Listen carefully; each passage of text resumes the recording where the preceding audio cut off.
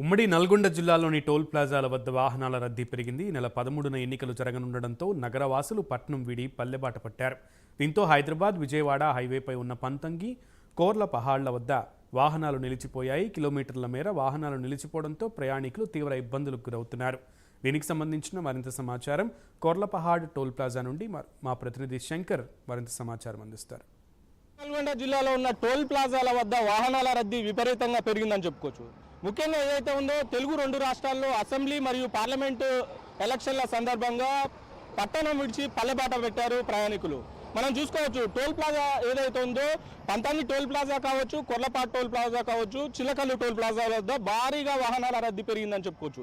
ఈ వాహనాల రద్దీ 2 రోజులుగా ఇలానే కొనసాగుతుంది. నిన్న ఈ రోజు రేపు కూడా ఉండే అవకాశాలు ఉంది. అయితే ముఖ్యంగా ప్రైవేట్ సంస్థలకు కావచ్చు, గవర్నమెంట్ సంస్థలకు కావచ్చు 3 రోజులు సెలవు ప్రకటించాయి గవర్నమెంట్. 3 రోజులుగా అయితే ఈ టోల్ ప్లాజాల వద్ద వాహనాల రద్దీ విపరీతంగా ఉందని చెప్పుకోవచ్చు.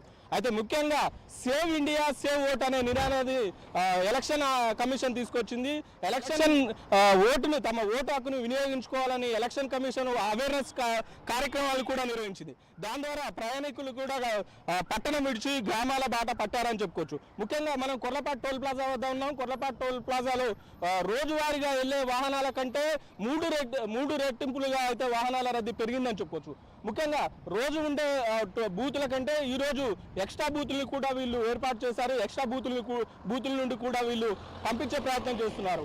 ఫాస్టాగ్ కౌంటర్లతో పాటు తొందరగా వాహనాలు వెళ్ళిపోవడానికి ఫాస్టాగ్ స్టిక్లను కూడా వీళ్ళు ఏర్పాటు చేశారు. ఫాస్టాగ్ స్టిక్ల ద్వారా కూడా వాహనాలను పంపించే ప్రయత్నం చేస్తున్నారు. ముఖ్యంగా రోజు చూసుకుంటే రోజువారీగా వెళ్ళే వాహనాల రద్దీ కంటే 3% ఎక్కువ వాహనాలు శాతం పెరిగిందని చెప్పుకోవచ్చు.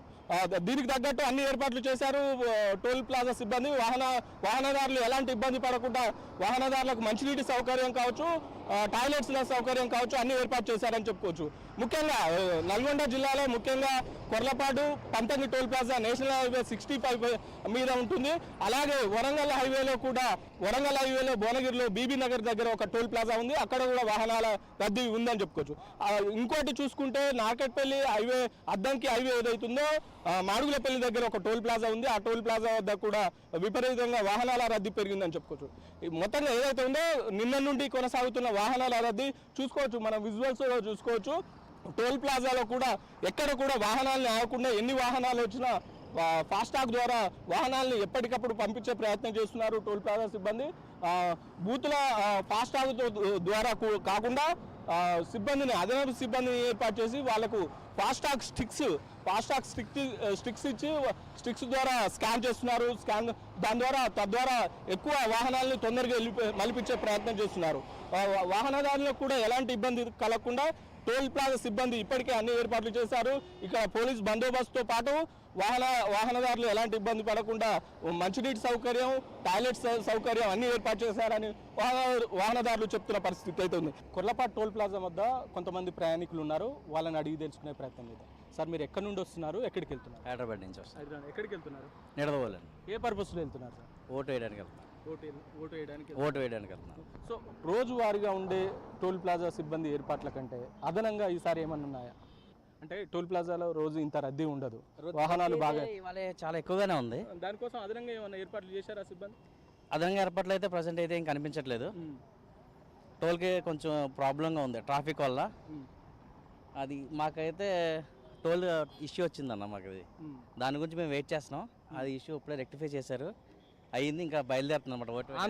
ఆంధ్ర ప్రాంతంలో ఈసారి జనసేన పార్టీ నుండి పవన్ కళ్యాణ్ పోటీలో ఉన్నారు పిఠాపురం నుండి. ఈసారి జనసేన పార్టీకి ఆంధ్ర ప్రాంతంలో ఎలా ఉండబోతుంది? ఉందన్న, బెటర్గానే ఉంది ఈసారి అయితే. చేంజ్ చూస్తున్నారు ఈసారి అయితే. జనసేన రావచ్చు అని అనుకుంటున్నాను నేనైతే. హైదరాబాద్ నుంచి ఉప్పల్ నుంచి వస్తున్నామండి. ఎన్ని గంటలకు వెళ్ళారండి? మేము మార్నింగ్ 6 బయలుదేరామండి.